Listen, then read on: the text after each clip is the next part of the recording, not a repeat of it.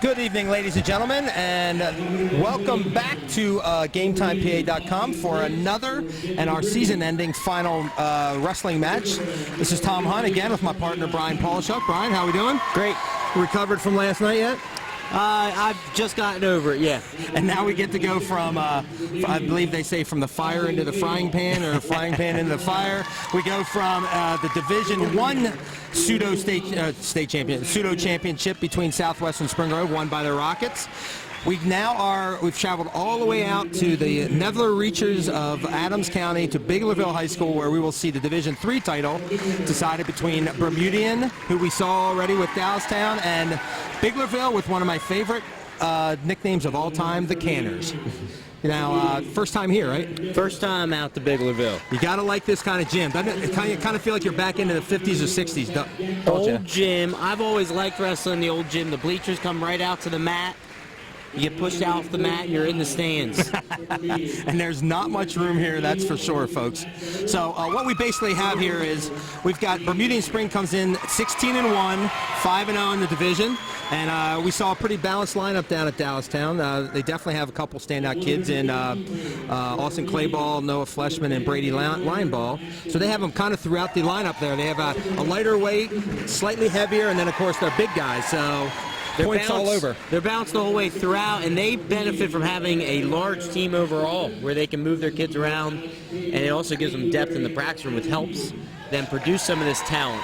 And it's amazing how consistent they have been keeping that number of kids up when in a time where you see a lot of teams struggling to get 14 and 15 kids out. So now Biglerville, another one of those wrestling meccas. Everybody likes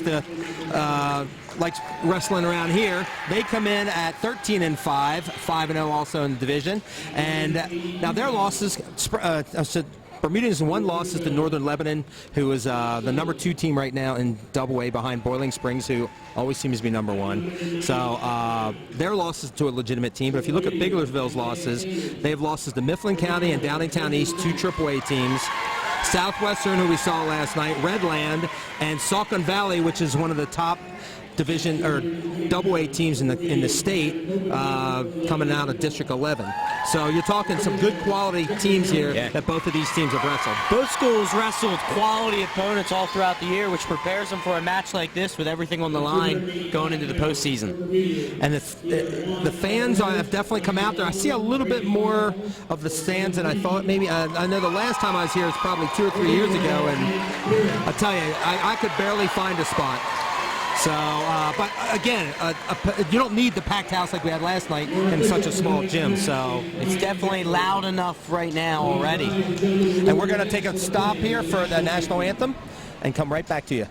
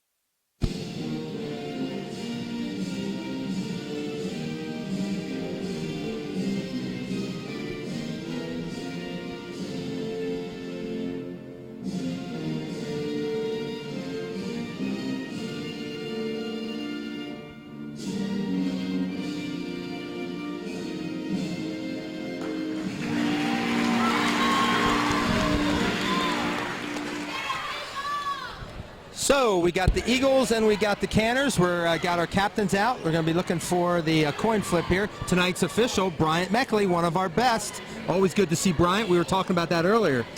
You as a wrestler, you knew you couldn't get away with much, right? Can't get away with anything. You know he's going to handle the crowd. And as a coach, you always want to see a ref in a big-time match like this who has experience in the spotlight of this sort of county championship type of a feel. And we're Red. starting at 106, so it'll Old make our school. job easier. That's right, old school, starting with the usuals. Looks like Bermudian won the toss and chose even, I believe. Bermudian won the foot and chose the even bounce. Biglerville will have the odd bounce. Next contest starts at 106 pounds. And fortunately, we have some connection with the the Spring Grove New Oxford match, so we'll try to keep you updated a little bit on that too. And we know going into the 106-pound match, Spring Grove is leading 19-12, having jumped out to a 19-point lead, and then I believe they got pinned in at 220 and 285.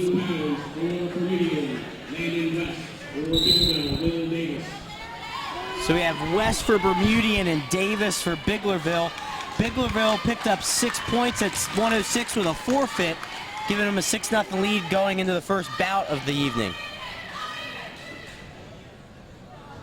That's something you don't always see a forfeit from Bermudian, but that might be one of those situations where you strengthen your team, you're willing to give up 6 there because you know you'll be stronger other places. I think West has wrestled at 6 so far this year. He picks up an early takedown to give him a 2-0 lead 30 seconds into the first period.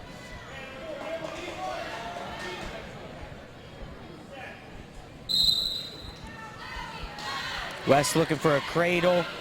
Has it hooked. No back points yet.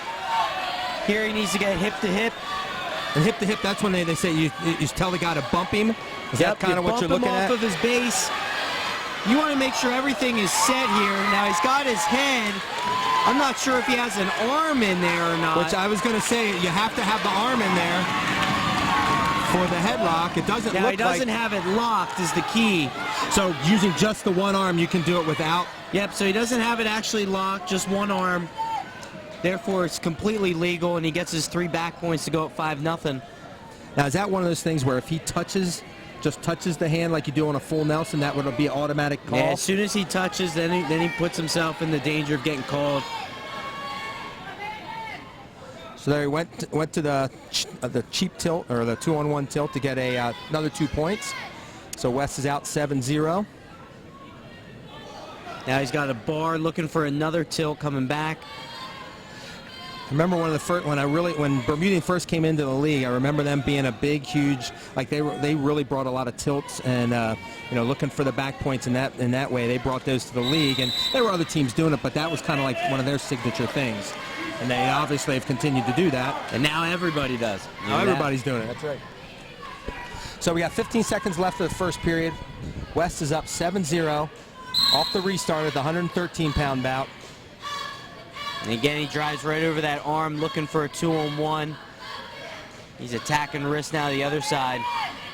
Now there, as the Biglerville wrestler, he wants to try to keep going away from him where he's grabbing his wrist, like go away from that wrist. Well, you want to put weight on that arm to make it more difficult for him to yank it out. The last thing you want him to do is roll over it and be able to put it on your own back. All right, then you start to lose control completely, and you run the risk of getting barred and tilted in all sorts of directions. So there we have, I believe, West had choice and took neutral, and takes 8 seconds to get his next takedown. He's now up 9-0, looking for a possible major.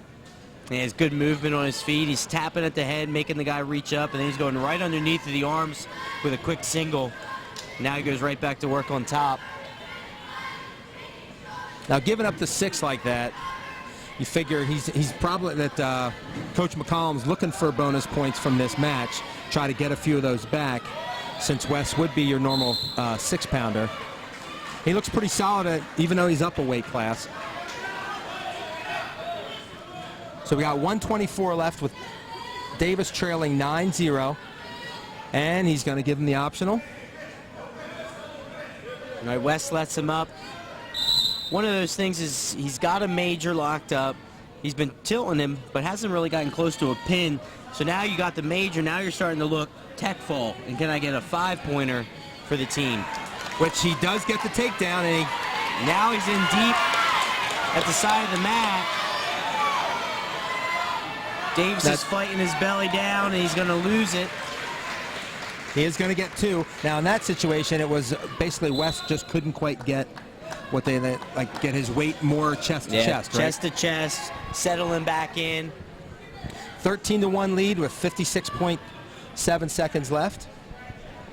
And I believe I just heard Coach McCollum say something about a half, so he's probably okay if he just gets the technical fall here. He'll take the 5 points and run with it. Yeah, chances are he might be yelling half because he wants them to go to a pinning combination, whereas these tilts, they're nice for putting points on the board, but not necessarily for drawing the pin. Here he's into this half. This is where you can actually finish him off.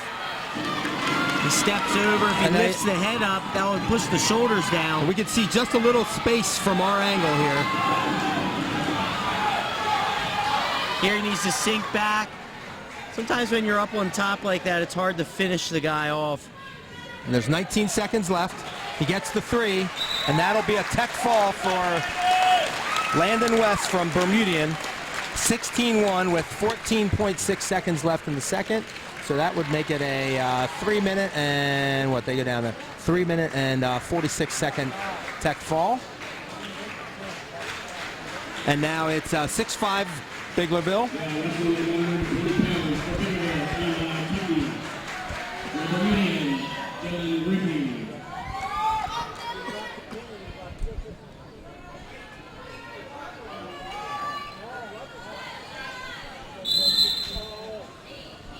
I believe this was Griffey for Bermudian at 120. I didn't catch the Biglerville name. I'm trying to get here. I believe it's Eli Tuckey. No, I'm sorry. Yeah, I'm sorry. Yeah, Eli Tuckey for Bermudian. And we had Dylan Griffey for Bermudian. Sorry, folks. Sometimes the sounds get muffled on these broadcasts, at least the in-gym stuff. So Griffey's in on a single with a quick finish to go up 2-0 with 1:20 left in the first. Tuckey gets out to make it 2-1. So we got a lot of action here, as we would expect from our lighter weight guys. Not that the bigger guys don't do it, but I like the way Tuckey gives up that early takedown immediately, gets to his base, starts to spin around, gets a quick escape. Griffey's in on another takedown. Tuckey's got a good hard whizzer. If he real keeps good whizzer there. Hipping in. Now his hips are on the mat, and now he's in trouble. Now he gave him the 2.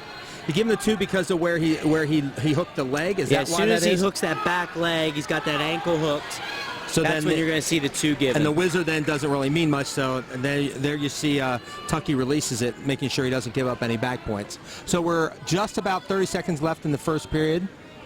4-1. Griffey pretty much manhandling. Looked like he kind of threw him out of bounds. With 31 seconds left, he's going to take the top position. He did look like he was look over to his coaches like, do you want me to let him up? So that might be another kind of what West did a little bit in the previous match. Yeah, sometimes in the first period it's hard to make that decision before you see how the match is going to unfold and what type of advantage you have in other places. Yeah, one or two takes down, that second takedown might give you the confidence, but there Tuckey again got out to cut the deficit down to 4-2 as we end up the first period here. So it's a 4-2 lead for Griffey from Bermudian. Bermudian trailing in the team score 6-5. Biglerville's going to defer. Griffey kind of takes down after coach says, you want to go down? There's a little reluctant there. Sometimes as a coach you want to see your guy be confident in the position he's choosing, but he's going down. He's up to his feet in a hurry and quickly gets an escape. Looks like he definitely has a strength advantage here, and that maybe that's the whole issue, is he just wanted to make sure that he gets up off the feet and gets to his feet, I should say. Yeah, he's definitely controlling the ties on his feet. Right now, Tuckey's sort of fighting for inside position just to slow Griffey down.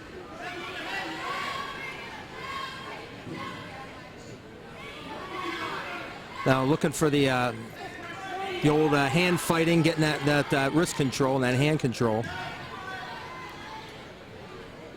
He ducks in, he's behind. Again, Tuckey has a good hard whizzer, he's able to spin out of that. Tucky's in on a double. He drives through. And that looked like he just pretty much powered his way through that, right? He got in nice and deep, and he just ran with his legs.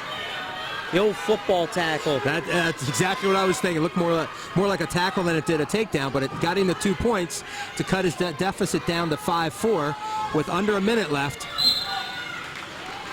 So Tucky hanging tough here when it looked like Griffey might start to kind of pull away. That takedown keeps it close.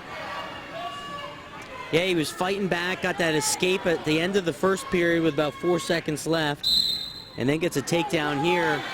And now you notice Griffey didn't get out nearly as quickly, so you got to figure either Tucky's feeling more confident or maybe Griffey's not feeling as confident. Yeah, takedowns can give you a lot of confidence when you're wrestling, especially when you were losing in the first period and you start to feel like you're gaining sort of momentum and you have a chance of winning a match. Now he's riding tough on top. He's got wrist control. Looks like he's trying to turn it under and work for a bar there. He switches over. He's got this claw ride now. With 16 seconds left in the second period. Now, claw is one of those rides where you can maintain control of the bottom guy very easily.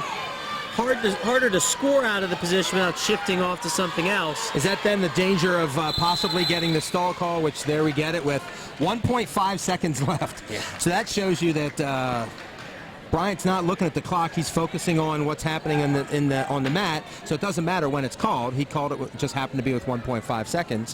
Which is what you want to see. Yes, you want to see somebody focusing on that, not saying, well, I'll let it go for another second and a half since it went this far.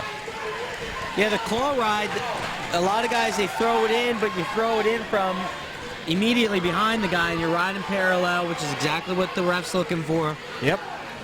So Tucky takes down, trailing by 1, gets up pretty quickly. Now we'll see which guy has more confidence in the neutral position, because they can possibly, it might be one of those next takedown wins. Yeah, they're tied up 5-5 now. And the match will be determined in the third period on their feet. He throws him by. He's got a headlock. Nothing yet. Nothing yet. That's right. Tucky's fighting. Oh, it's a great fight to stay off his back in the headlock, but then Griffey was just quick enough to slip around. So that headlock, kind of like he looked like he kind of used that headlock, couldn't finish it, and then just basically kind of got Tucky maybe knocked off his balance, whatever, and was able to spin around. Tucky fought off the headlock very well. Then they got into a scramble. Griffey simply recovered a little bit quicker, got his hips around, and was able to score. We got locked hands on top. So there's going to be a locked hands call. So it's going to be 1 point for Biglerville. It's now 6-7. Another escape ties it up, and then we're back to the who gets the takedown. And I'd think about letting him up at this position here. And that's exactly what Griffey does to tie it at 7-7. We always talk about the 1, not 2. Sometimes you're up by 1. It might be better off just to give him the 1 to avoid the chance of a reversal. Now, Griffey has controlled the wrestling on their feet for all but that one takedown where Tucky was able to blow through on that double. And he keeps doing the same thing where he's trying to get underneath Tucky. Yeah, he goes to his knees. He's almost ducking under. Tucky's in on a shot, but he's a little extended. Needs to drive in through. We're at 37 seconds left in the period. Griffey does a good job of breaking his hips. Now he's locked in the crotch. Tucky's in trouble if he doesn't get back up to his base. And here's where getting stretched out is a bad thing for Tucky. He gets to his base, but Griffey's again able to recover, slip around, and he gets the takedown with about 17 seconds left as they go out of bounds at 9-7 with 14.3 seconds left. And now on Let top, him up again. On top, I'm riding the ankle because the switch is going to come off the whistle. And he did go to the ankle. Now he's out to the side. He's got less than 10 seconds. We're down to 5. It looks like Griffey puts together a real nice solid match to win 9-7 to give Bermudian its first lead of the night at 8-6. Yeah, real good match on both sides. Both sides fight until the very end.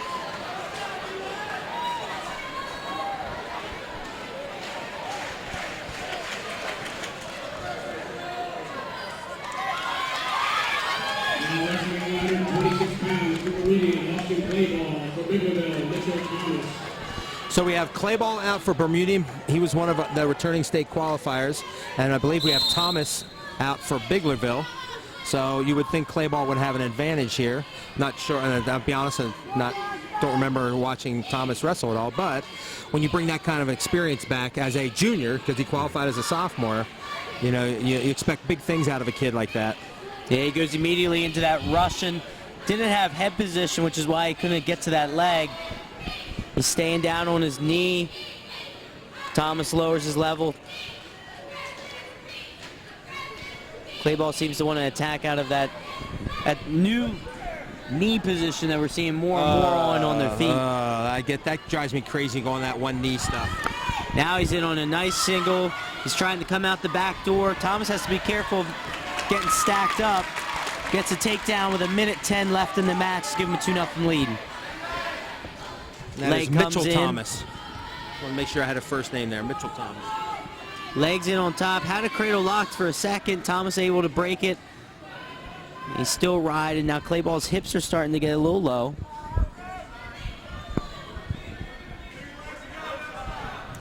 He's working back for that cradle. Now he's got him locked up. Got him stacked up. Almost has Boy, that's a weird looking sort thing of a for leg cradle, but it wasn't locked. That was an odd thing, but he did get 3 back points out of it. Hey, I wonder if since his last name is Thomas and my first name is Thomas, I wonder if that makes us namelings. It's the same name, it just happens to be a first and a last name. I'll have to check in. I'll have to check into that. So we're at 18 seconds left of the 126-pound match. Austin Clayball up 5-0. Almost kind of like rode him over, like threw him onto his back, kind of like he was going to do the old steer tie there. Yeah, he's definitely controlling the top position. Bottom guy's going to have to do more, otherwise a stall call is going to come. You see more and more of these leg riders, and oftentimes they're controlling the position, but it's hard to get a stalling call on the bottom guy when 2 legs are in. There's not much you can do. So our update from New Oxford, Spring Grove currently holds a 29-12 lead after the 113-pound bout. I believe they started at 170 or 160, so they're over halfway through here. Clayball with a quick reversal, immediately hooks the leg. I do know that Clayball is big. I remember him being big on riding legs and really using that to his advantage. Not the kind of kid who just sinks the legs in to waste time, but to really like score off of that. It looks like he's trying to hook up a cradle of some sort. Yeah, he's got the leg hooked. He was almost looking to step over the head to pull the head closer so he could lock with his arms.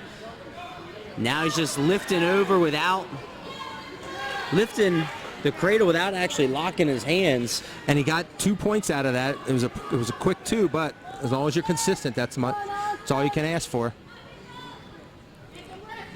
And the leg goes right back in. You see Thomas on bottom is just trying to hang on to that arm to try to maybe limit and slow him down on top.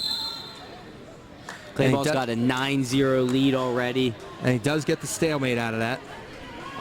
Might also be that he's just trying to take time off the clock a little bit too. So 1:06 left in the second period. Clayball there with a pretty extended referee's position. Kind of interesting. I guess he likes having that extra. Now there he looked like Clayball was going to be able to step over him, but yeah, it looked like he was going to head whip him right to his back. Thomas was able to get a wide base to prevent it, but now he finds himself in a half. it looks like Clayball's got at least one leg in, trying to extend him a little bit, and there it is. So at 2:21 of the 126-pound bout, Austin Clayball puts up 6 for Bermudian. That'll give Bermudian a 14-6 lead going into the 132 bout. Now we have to remember, Biglerville is better up top. They have Nate Newberry and Scott Cooper has two of their best kids, and they're at 60, 70, 52 up in that area. So.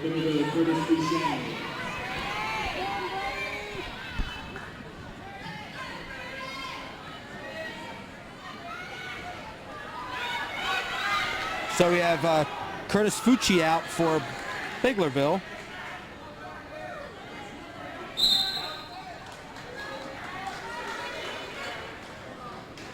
And I'll be honest with you, folks, we just got it.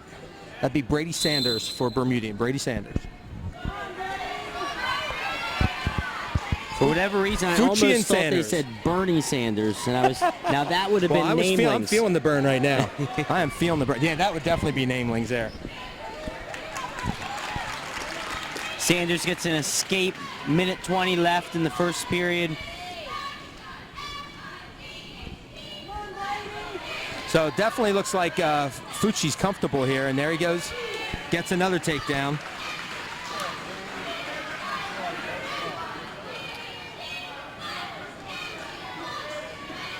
Looking to ride on top. He chops the arm. Looking to capture. Sanders is doing a good job of just staying in that position, that base, not getting himself extended, but now he's bellied out. And it looks like Fucci's trying to get that 2-on-1 going. He's trying to jam that bar in, Or but is it a bar? I was saying. Sanders is doing a good job of just keeping that arm tight to his chest so that there's not a lot of space for him to slide that arm in. Now he's going tilt to the opposite side, just not enough power. Now, is that a matter of, is that strength, or is that something you just have to make sure it's properly put into place before you can do something like that? At this point in time, if he's going to try to step over, he wants to step over the other side and pinch the man's hips with his knees so that he maintains control of him. There it looked like he was going to get some kind of back points, but was not able to keep the back, the shoulders exposed. So we're going to go to a 4-1. Fucci's got the lead heading into the second period of the 132-pound match. He defers, and Sanders takes down. He got an escape after the first takedown. That second time, he got rode out pretty good. And there's definitely caution. It looked like Fucci was anticipating a whistle, and when you know the whistle's going to be slow, you have to just be consistent. I like when officials will do that after the first one, get close so they understand, okay, this is what you're going to do. Once he's set, they blow it real quick, so he gets right back on the horse, so to speak, because the more you think about it, right, the more you're likely to do it Get again. a little antsy, and the nerves start going. It's amazing. Sometimes people think, well, you have all these cautions that you can give up. But once you give up one, they can they pile up Snowball very and quickly. go, yep, because you start thinking about it too much. Fucci's got that down leg, looking for a cradle. Sanders needs to extend himself, spread, try to crawl forward, get out of bounds. He's got the leg hook that he can't quite. Sanders is doing a really good job just staying on, trying to get to his base and keeping Fucci from being able to really do much damage with that in that position as they go kind of out of bounds. So it's a 4-1 lead for Fucci from Biglerville. 1:07 left of the second period. Bermudian now up 14-6, having won 3 straight matches. Sanders up to his base. Fucci takes him right back down. And I apologize if we're saying the last name wrong. It just looks like Fucci. I'm pretty sure I heard at least one fan say that too. So. And we got blood time here on I'm Fucci's, guessing. I I guess believe. it is Fucci, yes. So, so I believe this weekend is the last weekend of the regular season. So we have a New Oxford tournament. We have a couple other individual stuff. Bermuda's got a big weekend. They come out and they wrestle a rescheduled match with Boiling Springs. They get the Bubblers, I believe at 12:15, something like that in the afternoon. And then they go and face Big Spring. That's a busy last weekend of the year. That's a nice 1-2 punch for a day, isn't it? Big Spring's always a solid AAA team. So they have their rival Biglerville Thursday, and then they go into the weekend where many teams are starting to coast to the finish line in the postseason, and they're right back at it. And Bermudian's like, nah, we're going to go hard. Sanders up off of his feet off the restart. Looks like he went for some kind of like the old cement mixer elevator or whatever. Ended up on his Northampton used to back. do that. So we got Fucci up 6-3. And Fucci keeps going back to that shrug. When you wrestle a guy who's got a good shrug, you have to circle. You don't want to push in. It looks like Sanders keeps pushing in. And he's walking right into it. And that's hard for a wrestler who's aggressive. You know, they want to push the pace and they want to come forward, and sometimes it's hard to change your entire style of wrestling. But you can tell anytime Fucci's waits for him to post and then he drapes his arm over top of his, he's looking for that shrug. It's one of those where you use the other man's aggressiveness to your advantage. Yeah, and if I'm Bermudian, I'm yelling out, don't even reach up with your right arm, because that appears to be the strong side, and every time he posts, he's getting shrugged. So Fucci's got choice for the third. He's leading 6-3. He goes immediately down, and there was no question about that.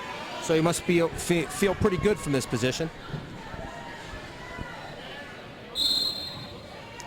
Fucci's is up, quick reversal, gets to his feet, comes down, almost does a backward roll. And it looks like he's got one of the arms trapped there. Arms trapped. On Sanders. Here's where you have to let that man come up a little bit just so you have enough room to get your tilt. And there you can see Sanders is coming up, but he loses control, and we're going back to a little more blood time. So anyone who's not used to this, blood, it's very important. They take that part of the sport very seriously. They want to make sure it's always, in control. That you'll see people coming out, like we have a couple of the managers coming out and cleaning up, because there's no jiggery pokery going on when it comes to blood. They want things done the right way. And I think that was kind of before the whole AIDS thing. They were really big on making sure that people were cleaned up, and it's got to be the one thing you got to be careful of, right? Yeah, and it's always interesting to see that different styles the trainers take. Yep. Every team's got their own protocol, and every once in a while you'll start to see the trainers that they just take the tape and wrap it the entire way around the head. Other ones will they'll take the one cotton thing, jam it up there, and go, all right, let's see what happens. And if that doesn't work, then they'll go to round 2. And sometimes in wrestling, having a good trainer on staff who knows the importance of time, you got limited time to clog that thing up. I remember when it was even more limited, I remember watching guys furiously going like they're getting paid by the minute. Or by the second, I should say, because it was incredible. But we're back in action with 1 minute left. And again, so he stops it when he actually sees the blood, correct? Yep, as soon as he sees blood, he's going to call the whistle immediately. Make sure that it's stopped, and then they need to make sure that it's cleaned up off the mat and off of both wrestlers. So while we got a second here, see if I can get us a little update from Spring Grove, New Oxford. So we got Spring Grove now extending their lead to 33-12 as we go into the 126-pound match. And we started at 60, so we're looking at 3 or 4 left there between Spring Grove and another division title for the Rockets. Meanwhile here, Bermudian has a 14-6 lead. Fucci from Biglerville trying to cut into that. He's got a 8-3 lead with 1:08 left. Been looking for back points. He gets some back points here. He may get that major. And the key is... There you can see... Looked like Brady pushed back into him. As Sanders steps over. There he gets his one to make it 8-4 with just under a minute left. The last thing you want to do right now if you're Sanders having wrestled a good match is get caught in some kind of throw. You end up on your back. Now you're fighting to not give up anything more than a regular decision. He's doing Sanders doing a much better job. He's cautious of that shrug, and he's starting to fight inside position with that right arm. Now, when he puts that right arm up, would you tell him then to go towards the left side of? Yeah, you circle to the opposite side, post with the opposite side, and if you're going to post up with the right arm, you just need to make sure that you're not pushing into the man. A shrug requires movement forward, whether it's you pushing in or that guy snapping you towards him. So it looks like Sanders is looking for some kind of score, and Fucci's just kind of fighting him off. It's down to 5.8 seconds.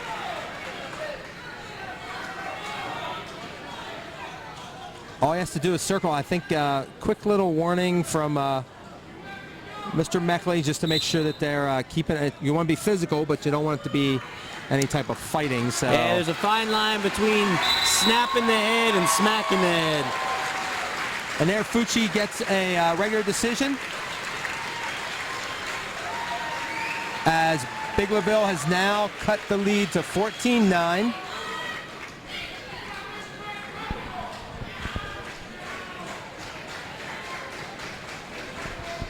On 138.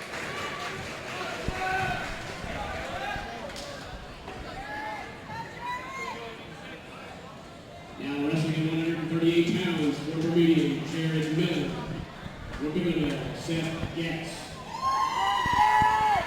So at the 138 match, it looks like we have Gatz from Biglerville and Miller from Bermudian. That'd be Seth Getz, G-E-T-Z. And Jared Miller. I know Miller had gotten some time last year.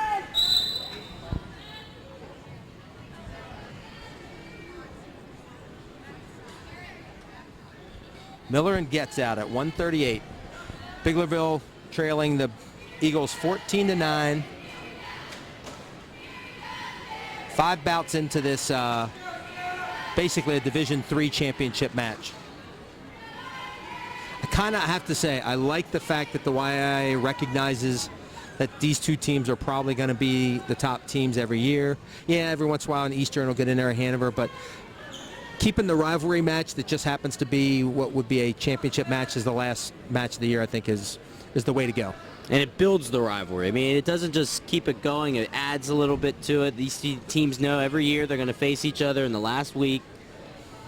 Which is to me is even amazing that then Bermudian's going to turn around and wrestle Boiling Springs, because Boiling Springs has been a huge nemesis for them at the district level. But they always wrestle them. They normally wrestle them they used to wrestle them December. I'm sorry, like one of the very first matches of the year. And in the last couple of years, I think they moved it back into January. And I'm not sure why, because I always thought that's a nice way to start your season. You get a big dog out of the way, you kind of see where you are now, but maybe they felt like it's a better for both teams to see it a little bit later, so you kind of see where you are after that first month of competition. And great teams, they want to wrestle great teams. That's like Cumberland Valley a couple weeks ago wrestling Boyertown. Right. You just want to get your kids as much mat time, put them in positions where they're going to be challenged so they're ready for the postseason. And Boyertown, if you're not familiar, folks, is a nationally ranked team this year. Of course, they have number 2 or number 3 220-pounder in the country in Jordan Wood, who was the defending state champion last year, actually beating Seth Janney from Southwestern in the final. I believe those two met again at the Beast of the East tournament this year. They did they, in the result? I believe Mr. Wood won again. I would think Wood, he is the package. I'm going to tell you, Lehigh's getting a heck of a wrestler there. The only question about him is, does he automatically go to heavy, or do you think he tries to make 197? He's a big kid. I'm thinking he probably put a little extra weight on and go heavy. He's a big kid, but in order to go heavy at the Division I level, you have to be all of that heavyweight division. Oh, so no doubt. No doubt. If that's the route that they're going to take, I wouldn't be surprised if he redshirts and takes a year in the weight room. That's what I like about it. When you get a chance to watch, if you ever get to see the Gwiz, as they call him, Gwizdowski from NC State, man, that kid he is put together. He's big. He's not the biggest, but he's big, and he is such an athlete. I gotta say, watching him is enjoyable as watching any type of wrestler, because he wrestles more like a lightweight than he does a heavyweight. Miller here's trying to put that leg in. He's riding tough. Getz is now bellied out. Now, it was a scoreless first period, folks. I think we forgot to mention that. It was 0-0. And we're 30 seconds into the second period. Miller digs that half in. He needs to get out to the side if he's going to score on it. He's reaching a hard crossface. And now that's a crossface. Not some of the rear and back that we saw last night, which was bordering on punching. So we want to kind of... Just drives through. He's unable to get any back yet, but he's got the leg hooked. Got the leg hooked in the arm. That's a really odd position. Needs to be careful that he doesn't give up an escape or a reversal near the mat here. On the edge, it's almost as if Getz could kind of pull himself back in. And there he does. He basically kind of arched back, kind of basically just kind of peeled Miller off of his back, and now he's got the reversal with about 35 seconds left in the second period, and a 2-0 lead for Getz as they go out of bounds. So off the restart, 30.7 seconds left in the second period.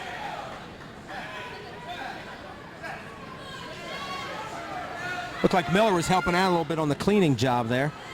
Saw something on the mat. So we got a clean start.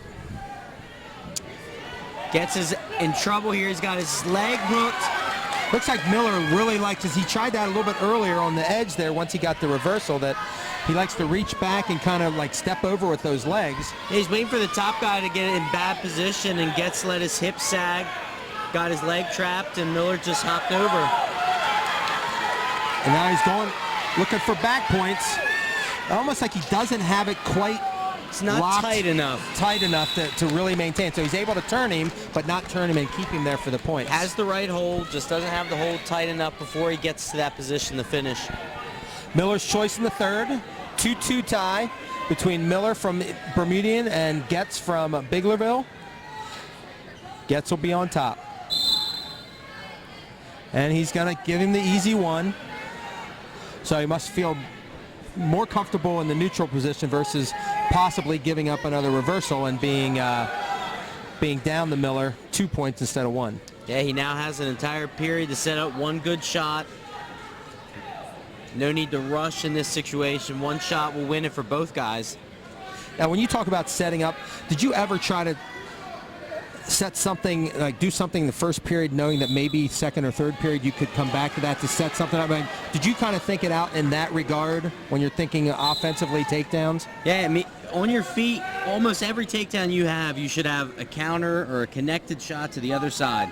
And if you notice the guys at States who are good on their feet, what separates the good wrestler from the great wrestler is, can you connect your shots and can you go from one move to another? And a lot of times one takedown will set up another one. If you're a wrestler who's been taken down one way 2 times, 3 times, you'll start to counter differently and open yourself up to other things.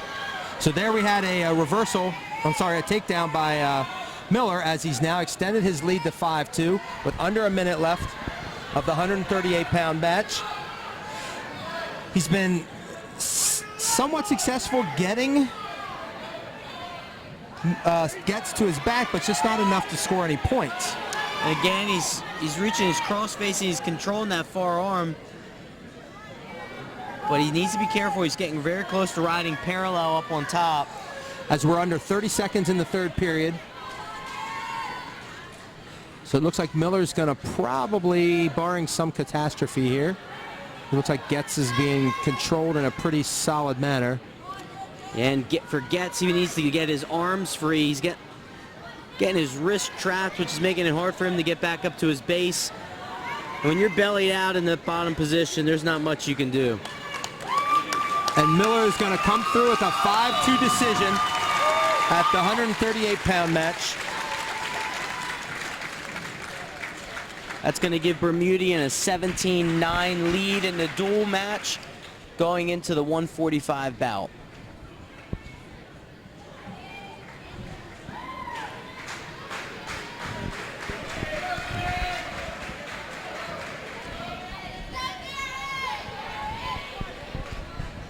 Now wrestling at 145 pounds for Bermudian, Darren Beal.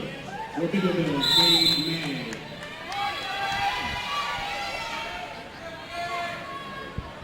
So 145 for Bermudian, we have Darren Beal.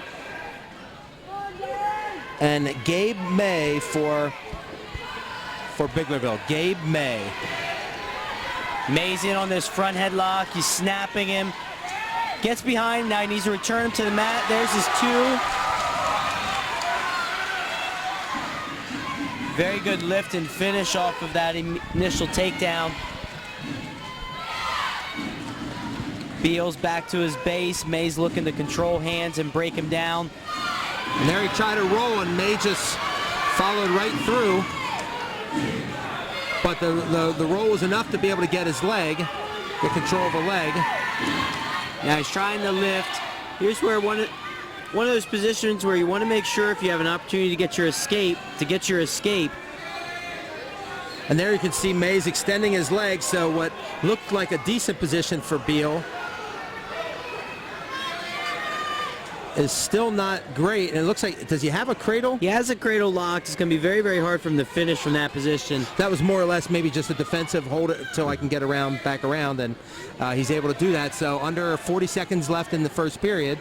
May pulls him back into this crab ride. He's got a half Nelson that Beal pulls off, working back to his base. Again, he gets to his feet. He's returned to the mat. 20 seconds left, and May's got a 2-0 lead in the first period. And I think it looks like Beal's doing a nice job of getting to his feet, but just can't do anything from that, as May's been able to counter it, taking him down the first time. This time he drops down. Look like he's got to start to kind of work up there, though, right? Yeah, he needs to work up his back. There's short time. For Beal, he's getting to his feet. He's just not getting his hips away, which is making it easy for him to be lifted and returned to the mat. But he is making May work. So May defers there, and Beal's going to go just crawl right into the down position to make his life easier.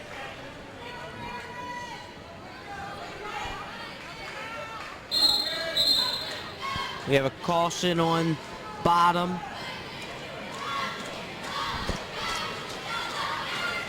He chooses down. It's one of those positions where sometimes you give up that takedown in the first, you get ridden out. Some people are very scared to go down, but he was showing signs that he can get to his feet, and he is making May work and exert some energy, so he goes back down there to give it another shot. And then he gets a switch. If he can step over that leg, he can maybe get a reversal here. But I guess May holding on to that leg is pretty much why... Is just enough. Just enough to keep from... And it always looks weird because it's supposedly he's in position. He doesn't look like he's in control, but by definition he is. And there it ends up, because the last thing you want to do is give the reversal and then give the reversal back right away. And it looks like Beal's tried that a couple times and May just follows him.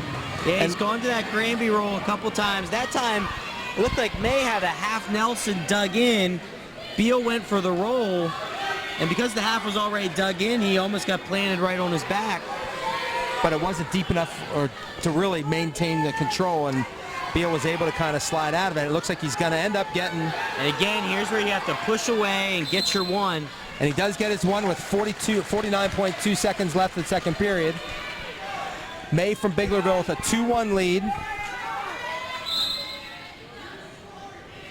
Biglerville trailing 17-9. I'm thinking Canners would like a win here. If they get a few bonus points, they'd be okay with that as well. Knowing that they have two of their better kids coming up in the next couple weight classes in Newberry and Cooper.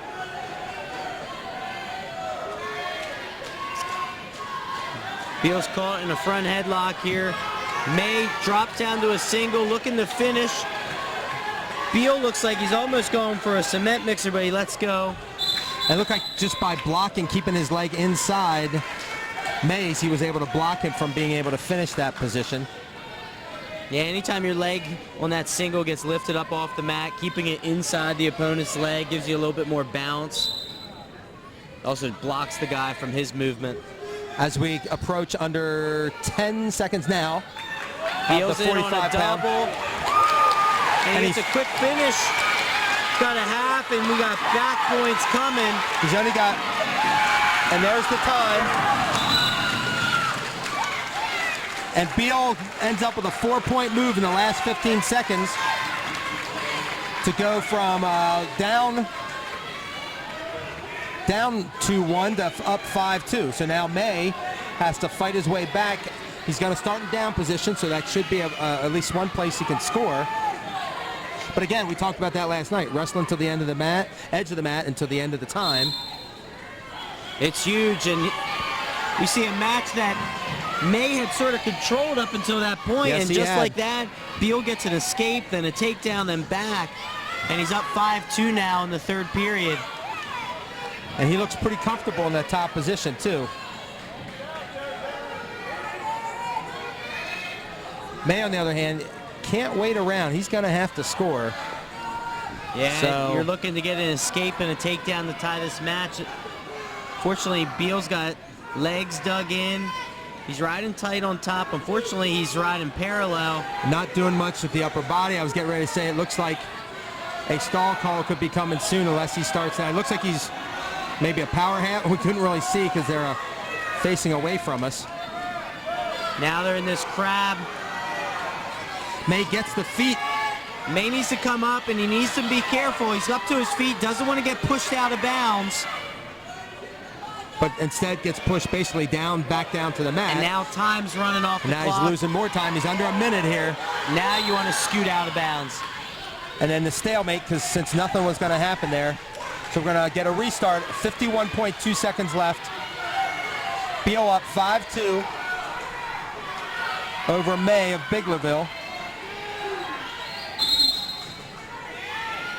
May almost gets to his feet again, but Beal's able to keep him flattened out. Beal follows him, spirals him back out to the mat, bellies him out. We have 40 seconds left. And Beal's riding tough on top. He needs to be careful to give up a Peterson here. He's got the leg and the arm. The question is, can he turn him over to get the Peterson, which is Beal's doing a very good job of countering it's pretty it. much, and he's just kind of keeping his weight forward. Is that what he's doing? Because May just can't quite finish it. They're under 15 seconds. And there's the escape. Now there's 10 seconds. 10 seconds left. It's 5-3. May's going to have to score. Beal doesn't have to do anything. He's going to try it. Desperation takedown doesn't mean anything at that point because it was going to be a decision away. So you got to hand it to a kid who just is willing to go for it. And Beal ends up with the one big move being the difference. They're not going to give him the takedown, so it's just going to be 5-3 decision. And I believe we have Scott Cooper coming out here for Biglerville.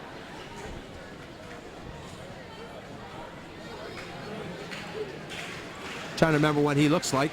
It's been a while. He only wrestled like, I think, 2 matches I saw last year.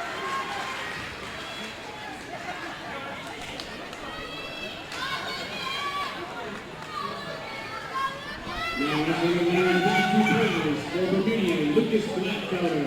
For Biglerville, Scott Cooper. So for Bermudian, we have Lucas Gladfelder. And for Biglerville, we have Cooper. So definitely looking for bonus points here for the Canners. Because they're between Cooper and Newberry coming up. The one thing that I know, if people are unfamiliar with Bermudian, have to remember, they have line ball in the hole at 285, and he has been a horse. He's had a really good season this year. Finished second at the Carlisle tournament, losing to, I believe it was another Northeast. I believe Yinger from Northeastern. So he's, he's had a good year. And Cooper's got this bar and wrist, looking to go tilt. He's going back and forth, working tilt, jumping back outside, trying to finish with a pin. Gladfelder doing a very good job of just basing up and keeping firm there. And there, because both of Cooper's feet went out of bounds, then he's going to call them out of bounds, and they're going to have to restart with 121 left. We're at 152 pounds. Scott Cooper with a 2-0 lead. His Canner team trailing 20-9. Goes for a tilt. He lost the arms midway through the roll. Gladfelder goes into a crazy funk roll there. That's a nutso roll there from that position where you're up in a standing position. You roll. I mean, you're throwing yourself on your neck like that. Nothing I want to be doing. So we got a restart with 1:05 left. Cooper still up 2-0.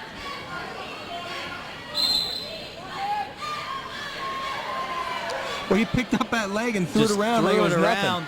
Now he's back to that bar. He's got bar wrist. Gladfeller's doing a very good job. He's hipping down to that side, making it harder for him to roll through it.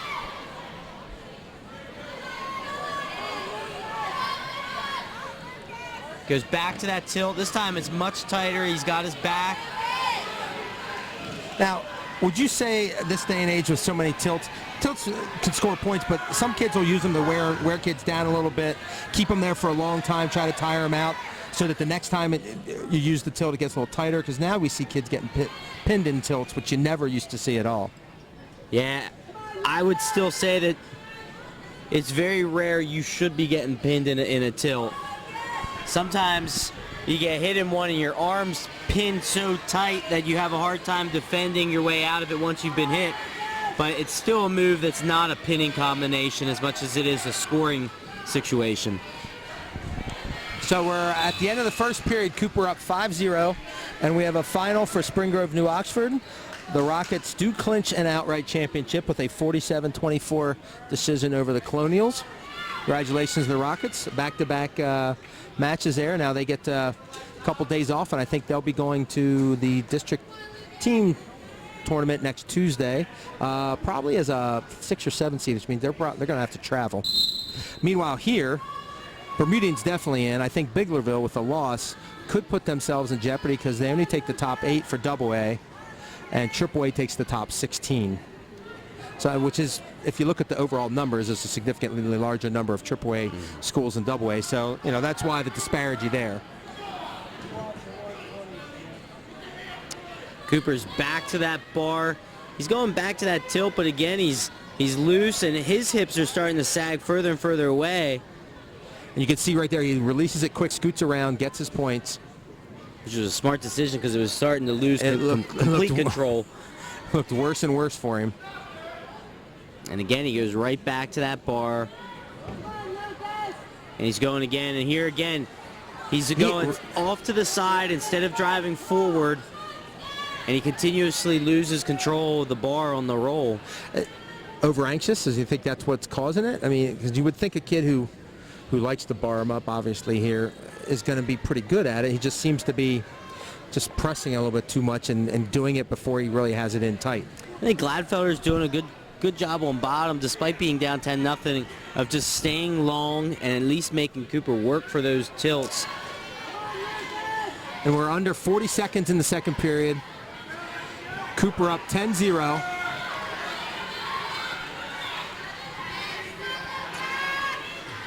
Cooper keeps looking to run the bar to look for his fall, but too much pressure on that bottom hip. Gladfeller doing a nice job just fighting it off. He's at 20 seconds left in the second.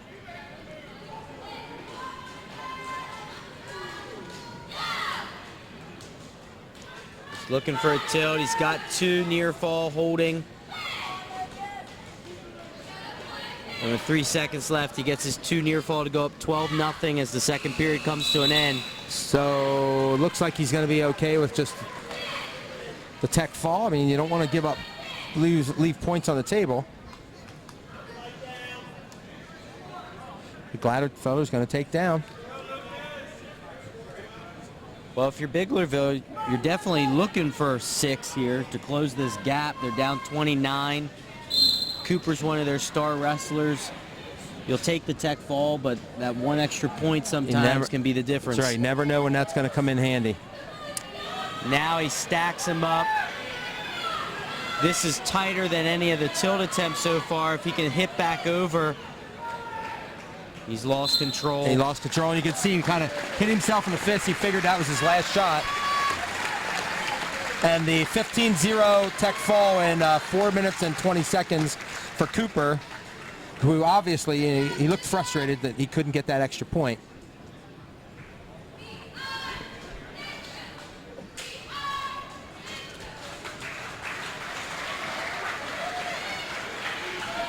So we got Nate Newberry coming out at 60.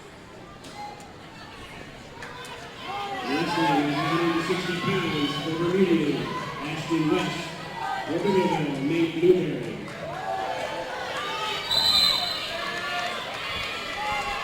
Newberry was a regional champion last year, which when you're going up to Double A regional champion, you're going up against all those District 11 kids. You're doing something right if you win that Southeast regional. And I know West has gotten some decent time here this year. I don't remember him in the lineup much last year. So again, the Canners looking for 6, try to tie it up at 20-20. Knowing that they would then have, 4 bouts left. West is in on a nice outside single. Newberry goes to that whizzer. He's attacking his own ankle. That puts a lot of pressure on the bottom guy's shoulder. When you say attacking his ankle, is just kind of reaching for your own ankle? Yeah, he's reaching for his own ankle. So instead of just going to a whizzer position, you're attacking your own ankle. You got a hold of that. Creates a lot of pressure on the offensive guy's shoulder. And there he looked like he reached through to get West's ankle, was able to kind of scoot around, but now he comes back out of it. And there you see one reason why Newberry is, a returning state qualifier. Dangerous position he's able to work out of. He's back up to his feet. And a good drag through to get his takedown. Nice drag. Takes West back down. There it is, that big return. Everybody likes the loud thump. As a coach, I'd be a little bit nervous that loud thump becomes a slam. Just, you never, which that's got to be I think that's the hardest call an official will have in a match, is a possible slam. It depends on the position. A situation like that, you're lifting at the hips. That guy's got both arms free to brace his fall. You got a little bit more leeway. The takedown, the double where the guy doesn't have a chance or an opportunity to defend himself. That's where you're going to see a lot of those slams. Where you're being basically dropped from your feet are off the ground. He picks you up and drops you right back onto the mat. Yeah, that's a tough one there. So Newberry finishes off the first period with a 2-0 lead. I believe it's his choice. And he's going to take down. It's a good first period from West.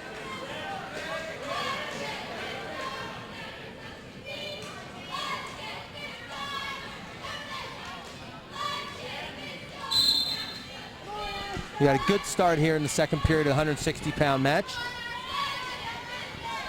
Newberry from Biglerville up 2-0 over West from Bermudian, and he gets his reversal. Now he's trying to return him. This time sits him just down. He's got control of the wrist right at the side of the mat.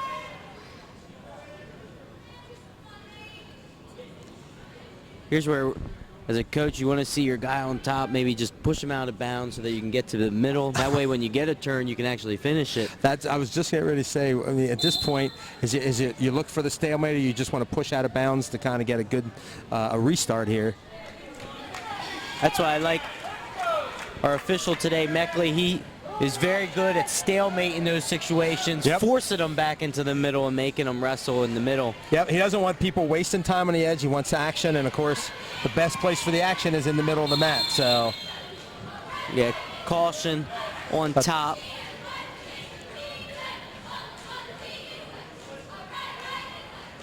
Probably just a little bit of an anticipation there. It's 1:22 left in the second period.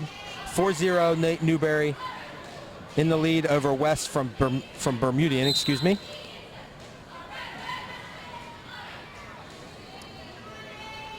Looks like Newberry really likes to get heavy on that one leg. Yeah, keep the pressure on the one side.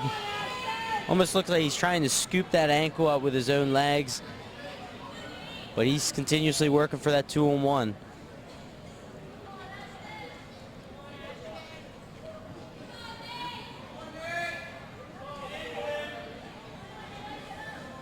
So Newberry's got a good tight, long arm to get around that tight waist. There's his 2-on-1. Now we're going back. And then he follows up by finishing on top, which is always sort of the risky part of the tilt, the finishing after the back points. That's always the thing. Like, you better have that sucker in tight, because if you come back up and you're loose, that guy gets around, you're going to be the one that's now on your back. West is fighting, but he's still not giving the escape until that leg gets free. So we're going to go to a restart with 20.6 seconds left in the second period. Newberry up 7-0. West looking to get on the board here. And again, if you're Biglerville, you're looking for bonus points. You're down 14-20 in the dual match. And this is one of your big guns. You want to score if you can and score big. Of course, you got to always remember, you got another kid on there, Matt, and West has had a good solid 2 periods here.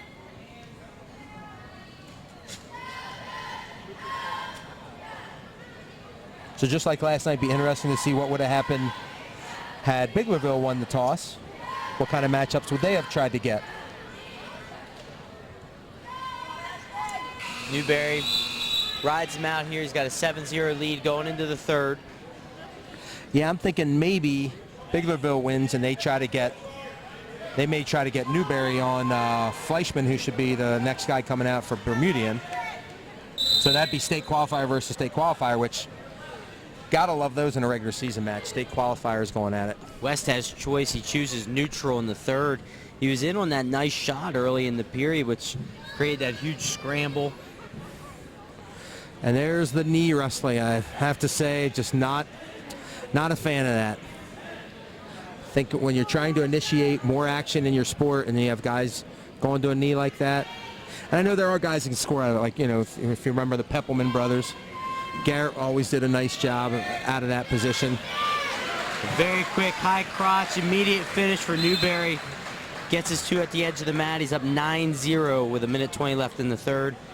Secures that major. And it looked like Newberry looked over at Coach Becker from Biglerville and kind of, I think Coach Becker was telling him, well, if you can get the trap the wrist and get the points, fine. If not, maybe he was thinking about letting him up again. He's got to keep him down and look for another tilt. Hooks that near ankle. Digging in. West doing a good job of staying in his base. Now he's up to his feet. There's a little bit longer than Newberry, and just kind of walked him out of bounds there.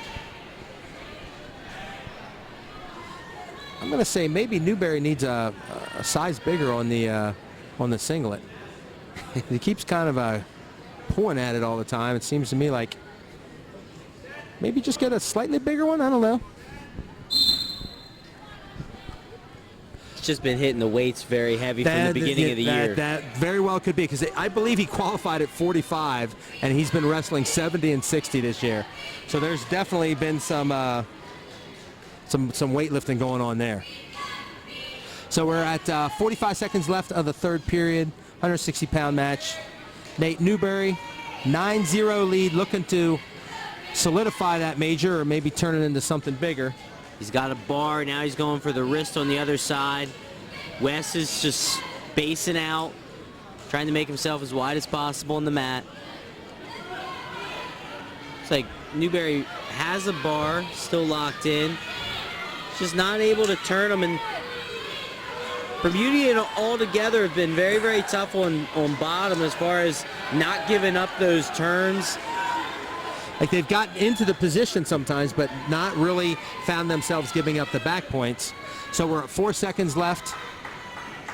And Newberry's going to ride him out and take the 9-0 major over West at the 160-pound match to make it 18-20. Bermudian with a 2-point lead heading into the 170-pound bout.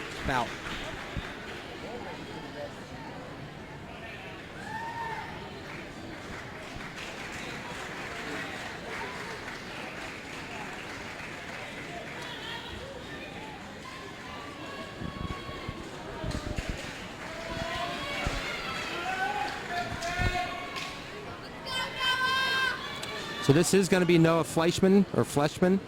For Bermudian, Noah Fleischman. For Biglerville, Alex King.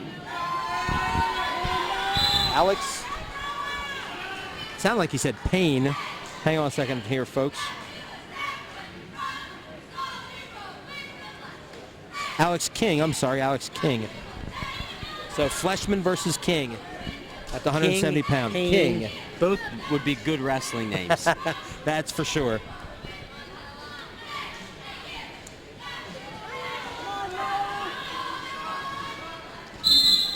And they go out of bounds with 1:30 left in the first period.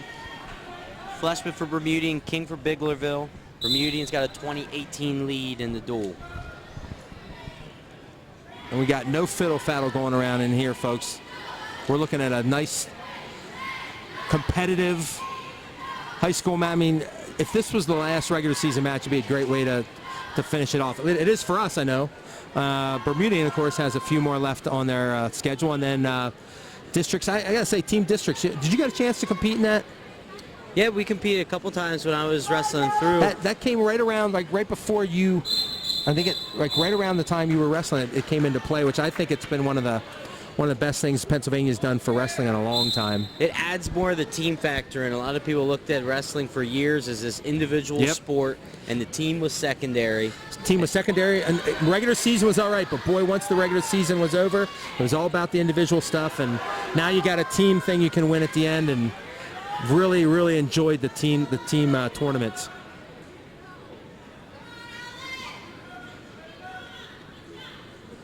Of course, in our district, it's pretty darn hard to. You can get out of our district to get to the state tournament. You're doing something between the CDs and the CVs and AAA and the Boiling Springs, who have won team championships. It just shows you how good our wrestling has become, not just the best teams, but the depth of it. These two guys sizing each other up for most of this first period. No shot attempt that got close to scoring so far.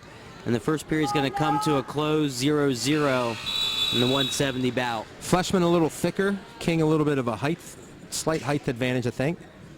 Fleshman definitely looks like he has a strength advantage, but King's doing a good job of keeping distance and using that reach. And he chooses neutral. He looked at the coach, and Coach Becker said neutral. So he must feel much better in this position. Probably is aware that, Fleshman's pretty solid on the mat.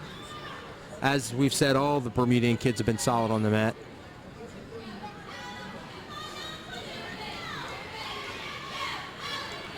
Neither wrestler doing much to set up a shot, but they are staying in the middle of the mat, just kind of looking at each other, looking for an opportunity, we'll say, to score. And that looks like they're going to start trying to knock each other off balance a little bit with the head bobbing or the head slapping. I don't want to say slapping because they're really not slapping. Now we're into this collar tie. We'll see if either side can use it to maybe get a advantage, get to the side.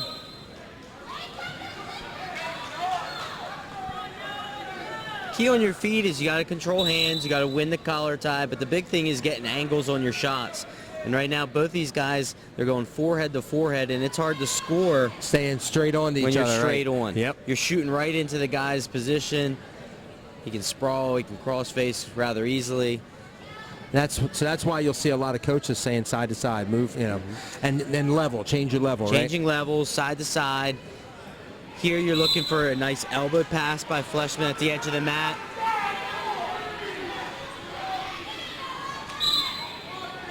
So we're at 38 seconds left of the second period, 170-pound match.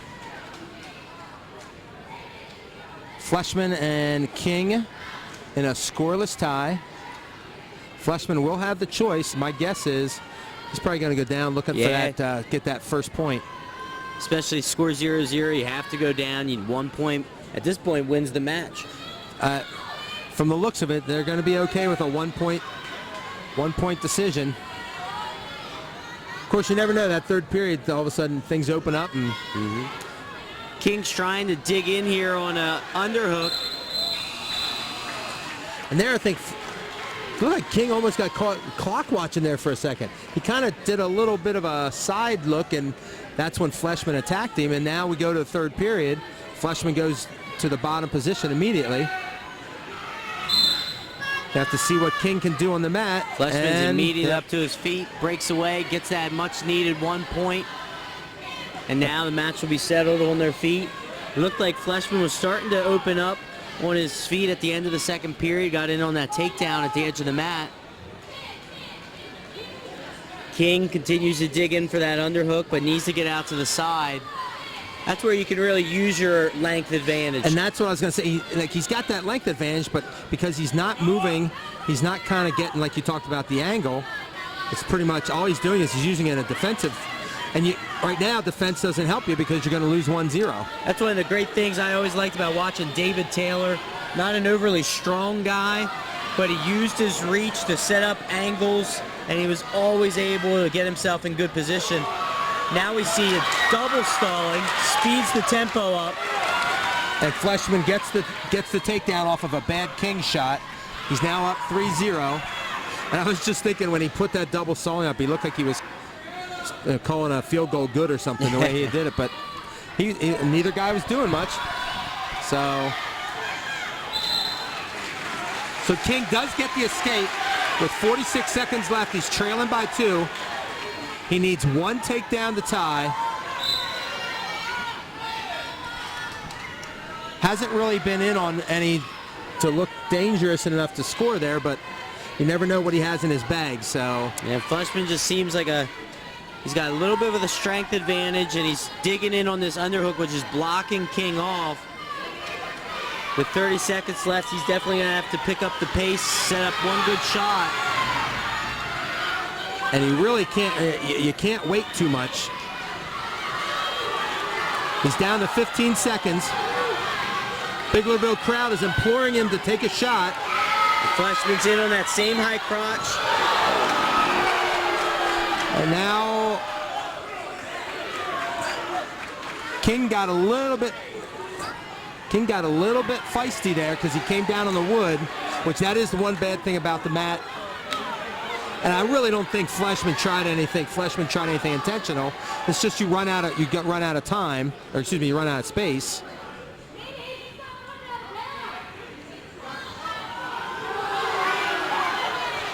So he did hit the wood. I mean, he's not faking anything. He definitely hit the wood. But there couldn't have been any malice at all there. Fleshman was just trying to finish the takedown. Yeah, I think it's just one of those things where Fleshman got him up off the mat.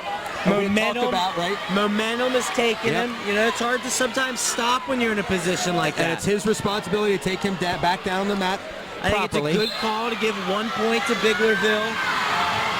So now it's 3-2. And Fleshman is going to do a nice job. Fleshman's going to win the match 3-2.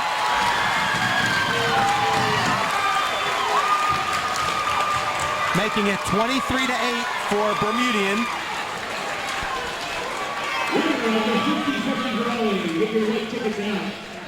Winning number 363-350. You will collect your winnings at the concession stand. Winning number 363-350. And now we have a dual score of 23-18, Bermudian going into the 182 bout. And we're going to see 82 pounds for Bermudian, Nate McCollum. For Biglerville, Michael Sutherland. So this is Nate McCollum out for Bermudian.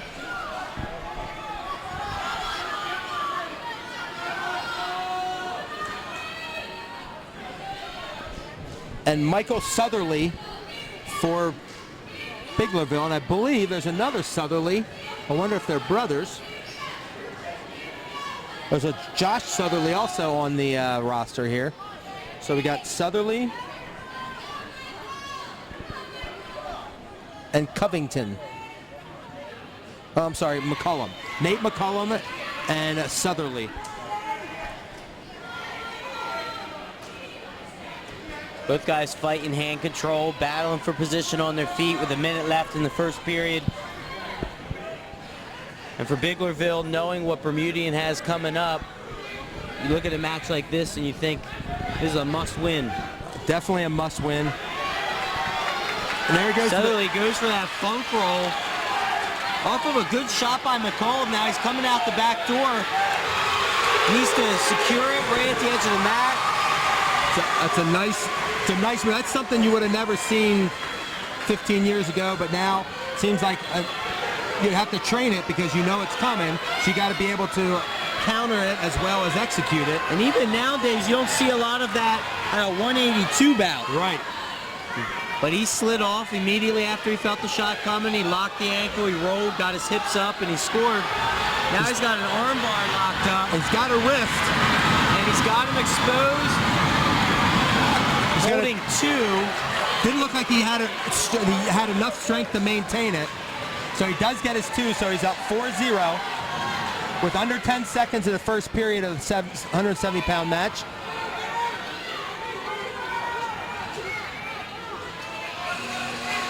And that's where we're going to end the first period. And it's 4-0 at the end of the first. And Southerly takes top. His choice, he feels pretty good about this. He had taken him to his back once, so he must feel like he can do it again. Both these kids look a little small for 70, and weight-wise, they look like they both could be at 60.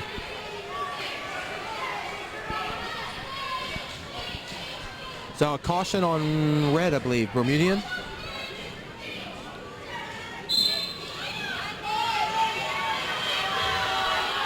Hey, Southerly going back to that arm bar again, right? Bellies him out. He's got the arm. He's trying to pull it back.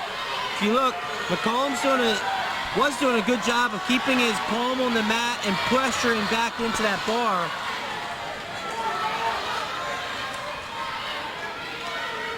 Southerly gets back behind him. He tries to cradle.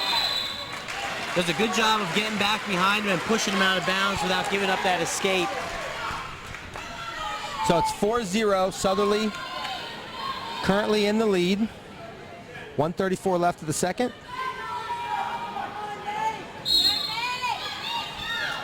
Just that sit-out position. Southerly follows, bellies him back out.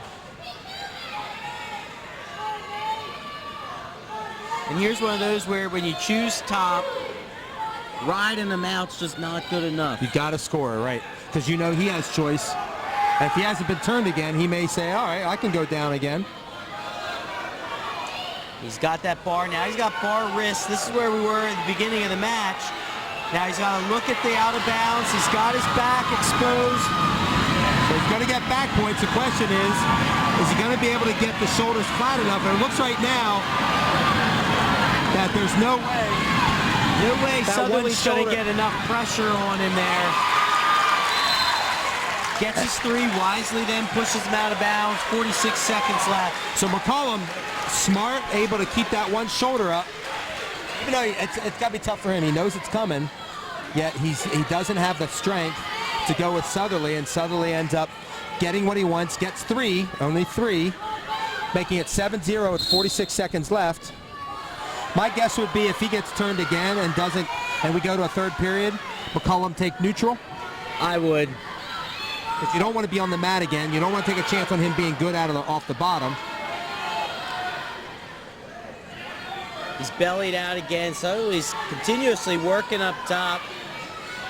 Oh, almost had a full. It looked like it almost had a full Nelson there. Looks like he tries different stuff, but always seems to try to go back to that half, or excuse me, to the a arm lot of bar. times what he's doing is he's hopping to both sides. He's going half to one side, hoping the bar loosens up on the other side. Now this cradle is locked, but he's running out of time. He's got 5 seconds left in the period. He pulls him back. He's probably not got enough time. Yep, and he's going to run out there. And now I would go neutral.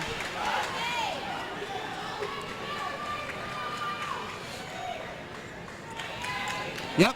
All he did, he looked at Coach McCollum. Don't believe there's any relationship there, by the way. And McCollum throws both hands up for the neutral, so you knew that was coming. Yeah, the way this match has been going, Southerly's just controlling him on the mat. Goes neutral. And he was close. McCollum was close to a takedown. He was in, and then but he got the funk rolled. So, why not go back to the neutral? And even if you give up a takedown, no more points. You give up a major, that's only 4 points, as opposed to being on the mat and possibly getting turned for 6. You also look at this as an area where you can run some time off the clock. We've already gone 30 seconds, and it's still a regular decision, 7-0 for Southerly.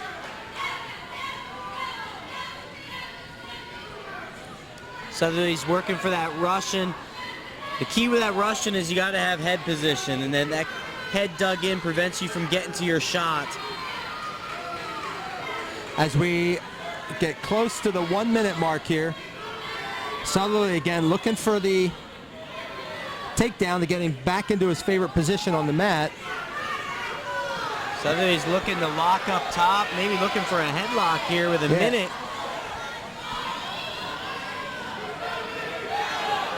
Seems to me that Southerly might be more comfortable in a counter position, countering a shot versus initiating the offense. And with McCullum not really initiating anything, he's starting to look for something like a headlock. There's the stall with 40 seconds left. So the question is, can he go 40 seconds without giving up another stall, which would be a major? You can tell Southerly comfortable countering, comfortable on top. He's having a hard time setting up his initial shot.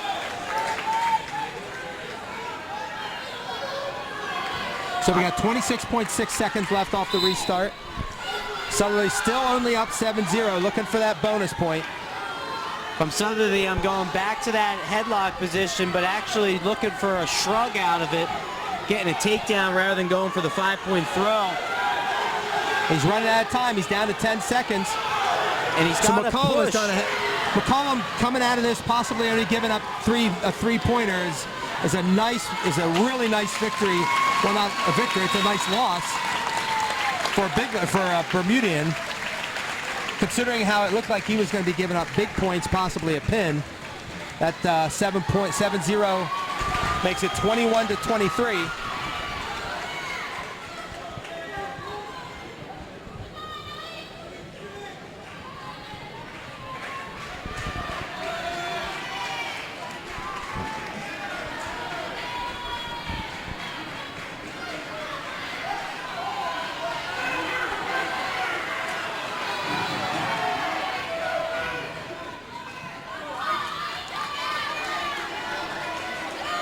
Wrestling 185 pounds for Bermudian, Isaiah Fannin. For Biglerville, Colton Saints.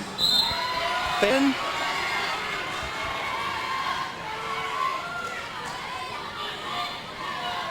And Colton Sents.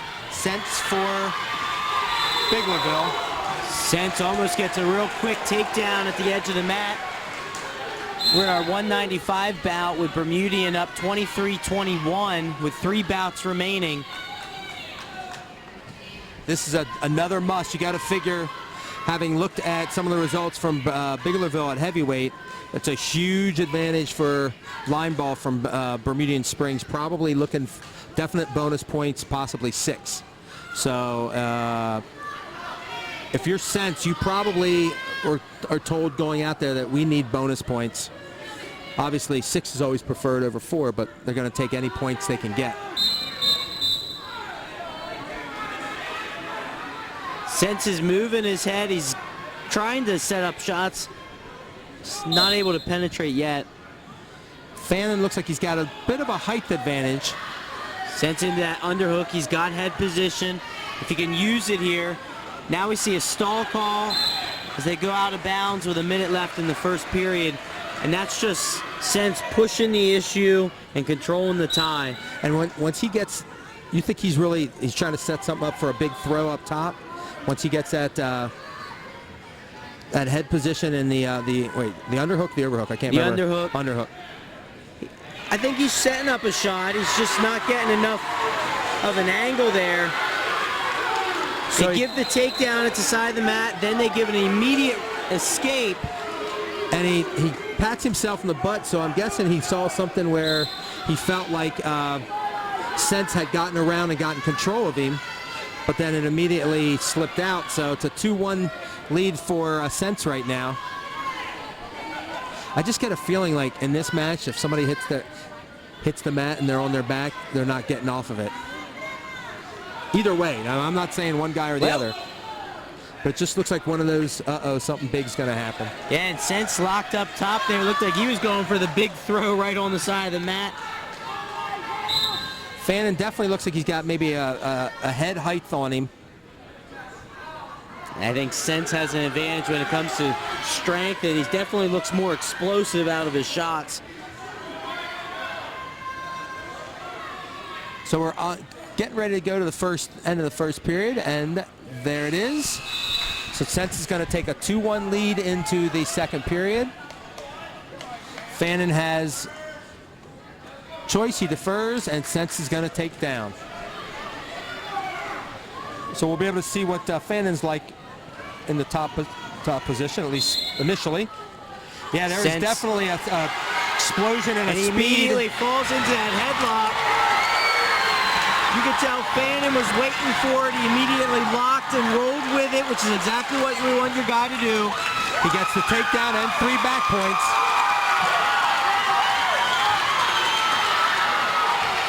So Sense now is trailing 6-3. A minute and 30 seconds left. He's in control again. Sense keeps working up. Fannin's doing a good job. Now he's got that ankle trapped. Does something like that take a little bit of the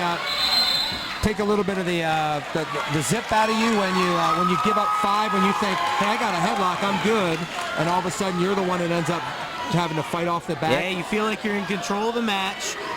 You think you have a strength advantage. You throw the headlock. The headlock was locked up tight. Fannin just found himself in the right position and rolled right with it. And now you're going to find yourself second guessing the next time you're up on your feet going for that big move. For that big move, right. So off the restart, 6-3, Fannin with the lead, pushing forward. See, Sense isn't quite as explosive now. Taking a little more time. Of course, we are also halfway through the match, so he's been wrestling a good solid 3 minutes, pushing the other 195-pounder around. And it always takes a lot of energy, even if you're only on your back for 3 seconds, to fight off of your back.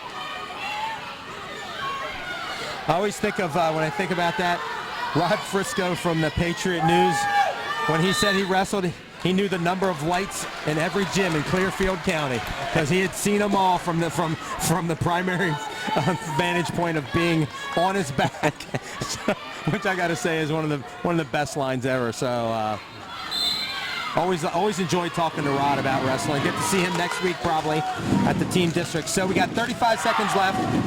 Fannin still in control, 6-3. Sense is trying to get up, trying to do what he was doing before, but all of a sudden Fannin looks like he's anticipating a little more and wrestle with a little more confidence. Unfortunately, I was just about to say Fannin, he's trapping that ankle and he's just pressuring forward. No attempt to turn. The stall call from earlier in the match comes back to haunt him. It's now 4-6. Now he has to be careful. That's 2. He can keep bringing those up. And for Sense, that's what he needs to do. He needs to get up to his feet. Fannin seems to have an advantage once he gets him bellied out. So Sense needs to get a good start off the whistle, get to his feet. Now he gets an escape. So with 15 seconds left, he cuts it down to a 5-6 lead. And at this point, if you're Biglerville, the strategy might be to just push and push and push and maybe win this on a stall call. Because he's definitely controlling the pace on their feet. And that has happened before, most definitely. So there's no hesitation when Fannin looks over. Coaching staff says down. So as most good wrestlers do, they listen to their coach. Takes a down position. Sense will find himself on top with the last 2 minutes. Immediately slips that bar in. He punched that bar in pretty quick, didn't he? And he's got the wrist trapped. He's going to drive up front looking for a tilt.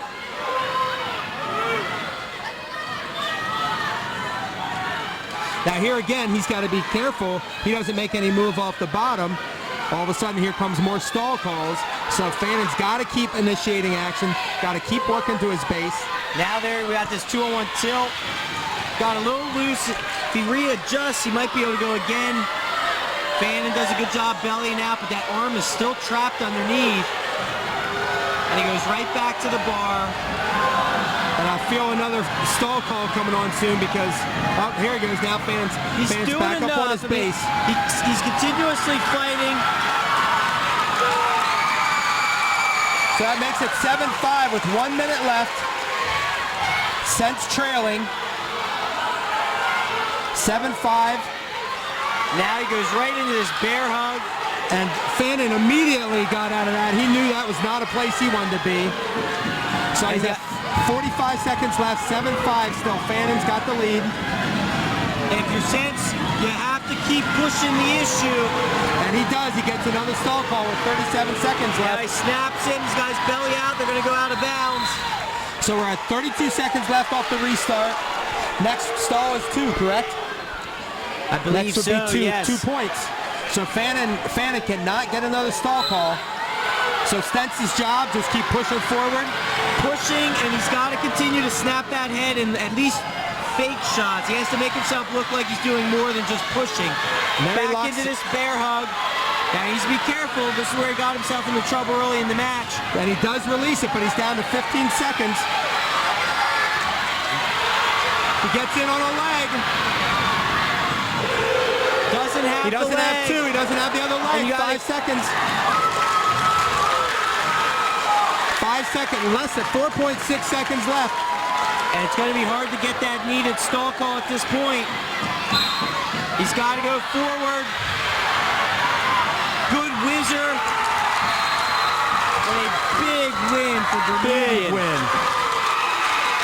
And all basically one move, and that you see that a lot. One big move ends up costing Stentz, who seemed to be in control. But what happened was Fannin made the move, executed the move he needed when he needed it, and he gets the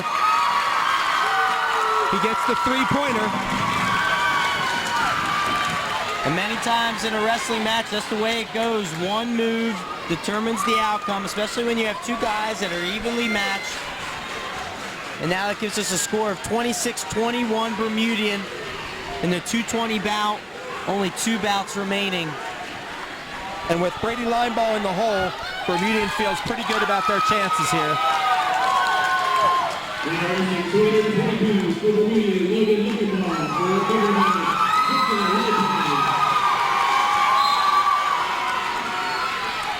Luckenball and Lopez here at 220. The LL boys.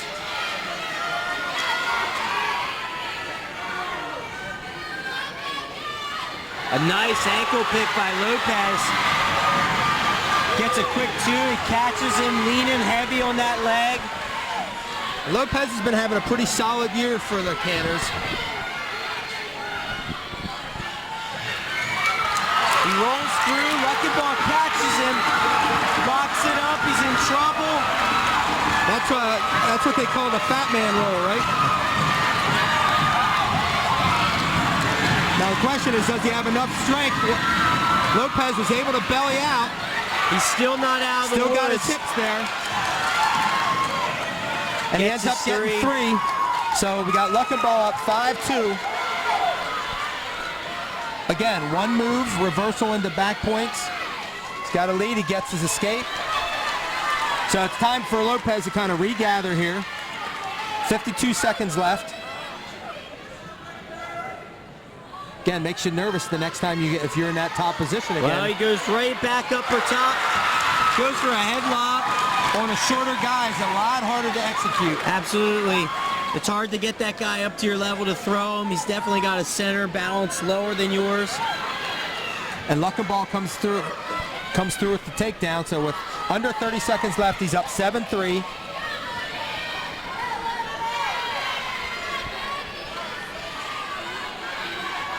And I think Luckenball is happy to just kind of stay in his position for the next 15 seconds and take a 7-3 lead into the next period. He's got Lopez, 2 legs in. You don't see that often in a 220 bout. pounders, especially a shorter 220, because when your legs go in, you don't have as much distance to cover, or you have more distance to cover than your legs will allow.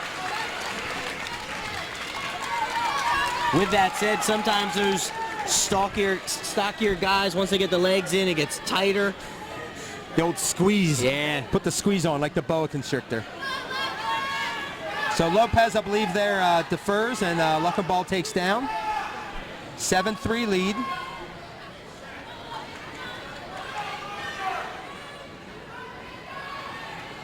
I don't know if more people just entered the gym, but the temperature just got I was thinking that much same hotter. thing. Man, did it get hot in here. And I know this, I mean, wasn't even close to this heat in the Spring Grove gym. There's a lot more room there, but the heat gets trapped in these cinder blocks. Don't really do much for your cooling, do they? So in a standing position, he takes him back down. Lopez put a little pressure on. Now he's going for a three-quarter Nelson. His hips are in trouble now. If he can scoot back around, he might be able to recover. And he is able to. Look like Luckenball pretty much had to, if he could have grabbed the leg there, he might have been able to improve the position, but he's back into where he was before.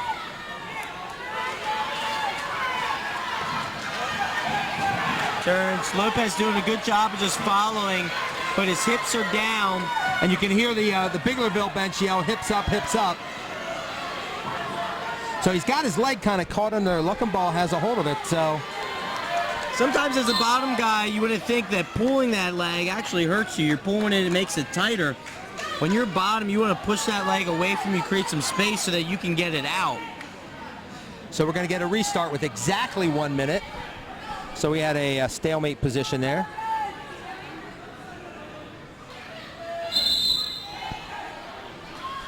That'll be a caution on green. I believe Lopez probably moved the hand off the belly or the elbow hand a little bit quick. Luckenball to his feet right away. Lopez lifts, returns him. Immediately looks to jam that half. You see, Luckenball keeps reaching back, trying to trap that arm, see if he can hit him with that roll one more time. And Lopez, he knows better than to let that happen again, because the last time it cost him 5 and almost 16 points. So we're at 35 seconds left in the second period, 220-pound match. Luckenball looking again to catch Lopez in a roll, but belly's out, and he's at... Now we see forehead hits the mat. If you're the bottom guy, that's when it really starts to look like you're not working to escape. And a lot of it's just a matter of just working, keep coming up to your base, keep coming up to your base. And Luckenball does a good job. He keeps getting up to his feet, but with 6 seconds left, he's run out of bounds. Lopez needs to keep him down for 6 more seconds to keep his deficit at 4 points. So he pulls him back on top of himself. Not necessarily a great thing, but short time there, takes it to the third. Luckenball's got a 7-3 lead going into the last period. It looks like we might have injury time of some kind. Asthma. He looked like he's looking for an inhaler. Well, I tell you, that's one thing I've always, knocked on wood. I'm glad I never had an asthma, because, you try to do anything athletic and you can't breathe. How bad is that? That's got to be horrible. The kind of feeling to try to you're gasping for air and nothing's coming in. I coached a kid that had very bad sports-induced asthma, and during basketball season, you could hear her from one end of the gym to the other wheezing because she could not get any oxygen in. It definitely takes another level of commitment where you have to know your body and know what you can handle. And make sure you're doing things the right way, because that's the only way to get past something like that. And a sport like wrestling where you have to push your body to those limits, that's difficult. So Lopez had a choice in third, and he decided to go neutral. Figuring at this point, what's he got to lose? He goes up top. He's got double unders in, trying to lift him. Here again, he's a taller guy trying to raise a shorter opponent up, and he's having a hard time at this point. Which we saw last night at heavyweight between Lawson from Spring Grove and looks like injury time again. Yep. And Dickmeyer from Southwestern. They look like they might have got close to hitting the wood. They kind of got out of our vision here. Yeah.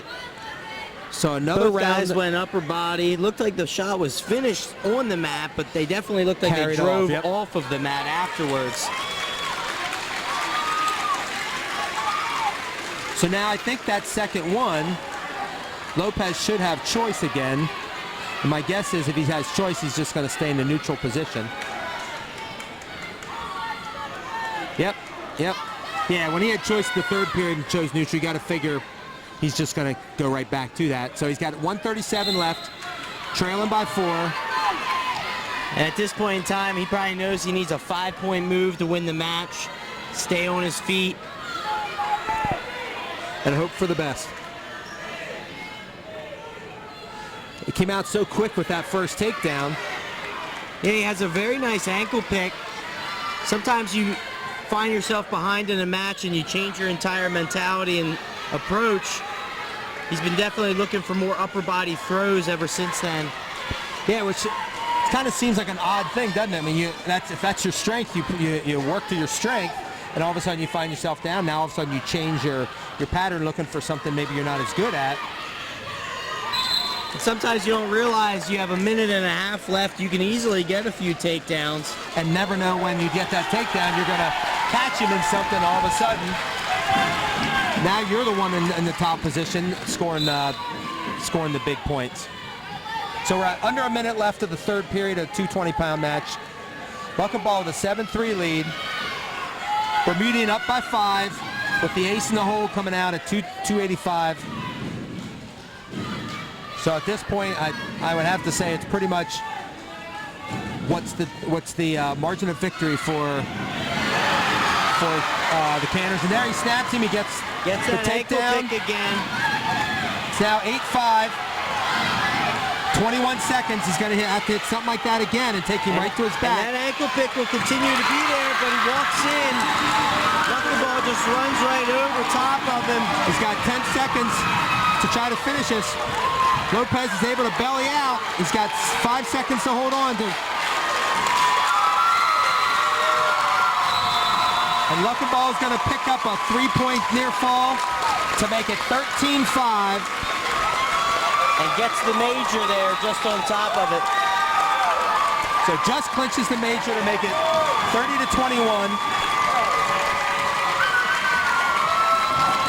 As we head to our last match of the night, the heavyweights.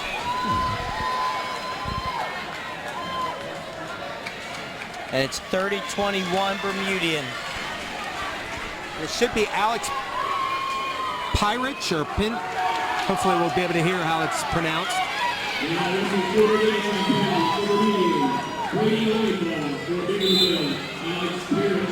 Pirich it is, Pirich. So line ball for Bermudian, returning state qualifier, and Alex Pirich for Biglerville. He's in on a very quick double right to his back. And it looked like when he came down, he hit pretty hard. Yeah, he landed hard. Because, I mean, it was such a quick move. I mean, it was a quick move.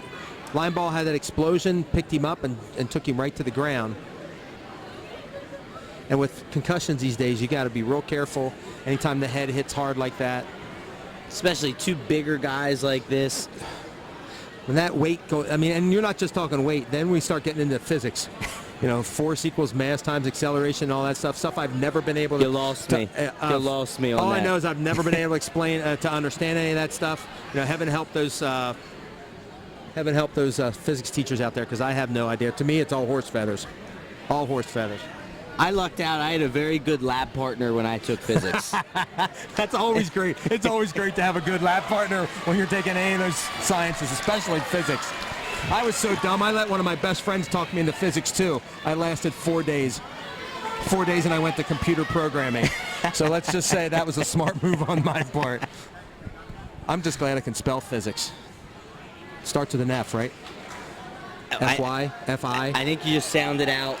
Just right? sound it out, yeah. Sound it out. That new type of spelling that they teach all the elementary kids, which your kids will be learning soon, right? All these weird ways to spell things and then do math, so... We're restarted here. Looks like Pirich is all right. Line ball in control. Locked up a Merkel. Merkel, there it is. He's going to try to bring him back to the mat. The key is extending him out. And he lost the leg, but he was able to keep the upper body. Now he shifts right into a half Nelson. He's going to finish here. And it's going to be just a... There it is.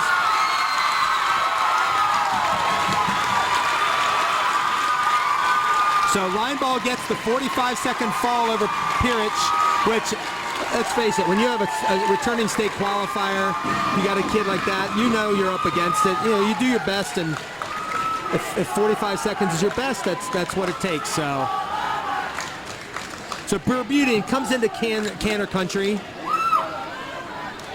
grabs a 36-21 victory over the Canners to solidify yet another Division III championship, giving them a 6-0 record in the division and a 17-1 record heading into the postseason. Now, I guess the big question is, does Biglerville make the top 8? Losing to a good team like this kind of sometimes can help, because you're losing to a team that's and looking at their other losses, they're not losing to no-name teams. Yeah, and they're not losing to good talent, and that is always taken into consideration, strength of schedule. And it looks like most of the teams they lost to AAA-wise have been having good, solid years. So hopefully that strength of schedule will be enough to keep them. And even if it just means one match, because since it's top 8, if you come in 7-8, you're grabbing a Boiling Springs or Northern Lebanon first round, and we all know that's it's probably not going to be much of a chance of winning. But you get another good match against good teams, then you give your kids a chance to maybe rest up a little bit before the individual stuff. Well, especially for your team, you get them the experience of competing as a team. And that's what it's all about. And those good kids that you have, they want that extra match or two to get themselves tuned up for the postseason.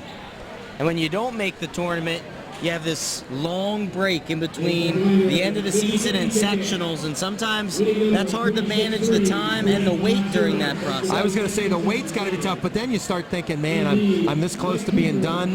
What do I do? And you maybe don't work a little bit hard for as long a time. So, you want those matches if you can get them. So, all right, folks. So that wraps up our season, Brian. Thanks a lot for everything. It's been an enjoyable season. It's been a pleasure.